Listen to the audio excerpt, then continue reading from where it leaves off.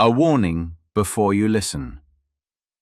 What you are about to hear is not meant for children, nor for the faint of heart.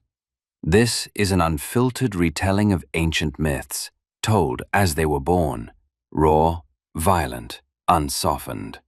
Expect scenes of brutality, curses that linger, betrayals that reshape fate, and a hunger for power that shows no mercy. These myths were never meant to lull children to sleep.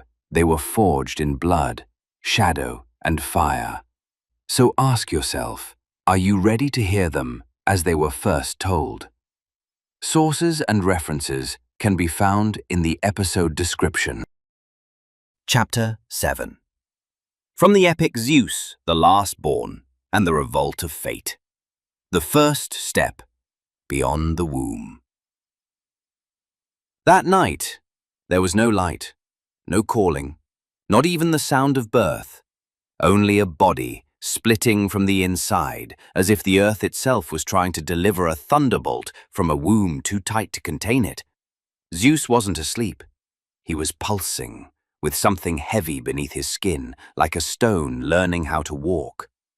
The air that once cradled him now choked, like the breath of a prisoner held too long in a shrinking cell. The cave, once a sacred beast that nurtured him, had become a tomb, its stones painted in false tenderness. No shadow resembled him. No echo answered him. No hand reached to his head without trembling. The three priestesses slept without farewell, their bodies curled in the dark, their faces consumed by shadow, as if the night had swallowed their names. And Amalthea, the goat who had never spoken, rose on shaking legs and walked toward the entrance, as if preparing the darkness to be torn. She didn't touch him.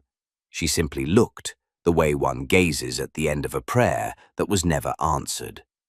Then she whispered, without voice, "If you leave now, don't ever come back." Zeus stood, his shoulders bare, but his soul was armored in something no one could see. No one knew how many years had passed. 5, 10, a century with no clocks. But what stepped out of that cave was not a child, and not an old man. It was a curse, walking. He carried no weapon, no torch, only something deeper, a gaze carved from the raw meat of sorrow.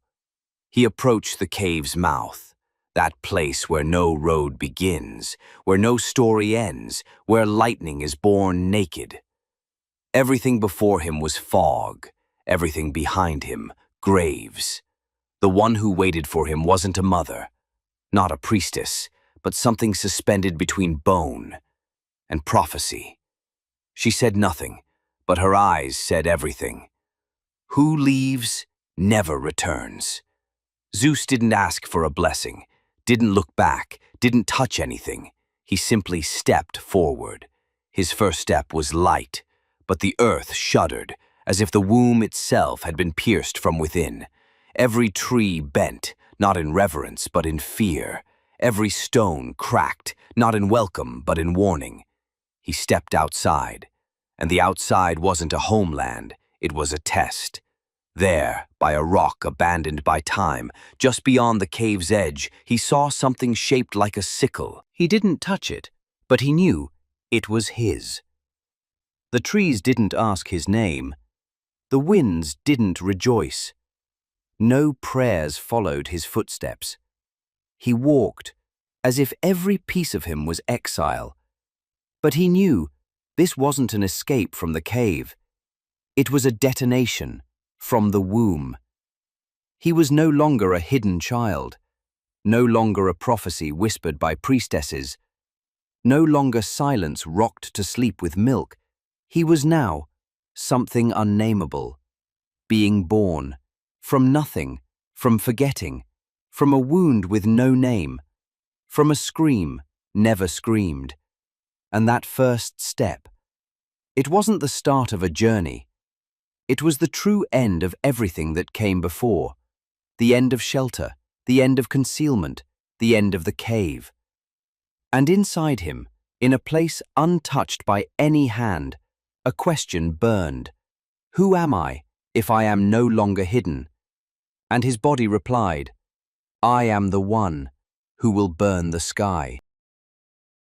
This chapter of the epic has come to an end, but remember, what you've just heard is not a record of facts, but the echo of a myth, a story born from the imagination of the ancients, etched into the long memory of humankind.